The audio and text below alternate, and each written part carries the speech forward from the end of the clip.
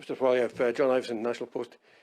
Do you deny the Bank of Canada's governor's assertion that these are transitory shocks, supply chain shocks that will adjust? I mean, we saw lumber prices falling 2/3 since May as the supply chain adjusted. Don't you think the same thing will happen in other areas?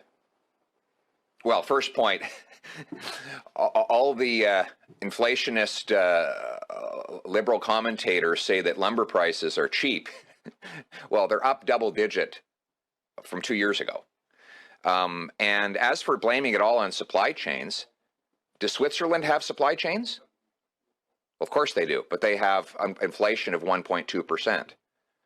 Why is it that countries that are not printing money have very low inflation? They're all susceptible to the same supply chain phenomena that exist around the world. But contrary to Canada and the United States, they're not printing money to pay their bills.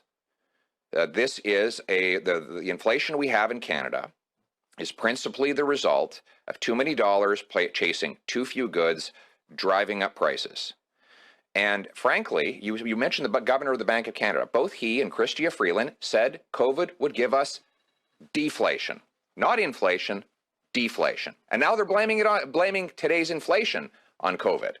So they have to decide which is it.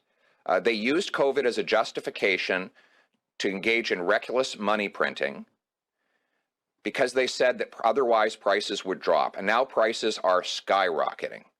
So clearly they were wrong, and they have to stop pouring inflationary gasoline on the fire because Canadians can't afford the cost of living. Do you think we're heading back to the 1970s, 15% inflation rate? I don't know what's going to, all I know is I can't predict what the inflation rate is going to be precisely, but I do find it interesting that we're following exactly the same folly that both the US and Canada followed in the 1970s. I mean, not to get too far off track, but in the 70s under Nixon and Carter, they started printing money. And so Pierre Elliott Trudeau said, wow, we got to try this up here. And we got runaway inflation of 12% in Canada, a misery index of 24, and eventually interest rates of 20% on Canadian mortgage borrowers.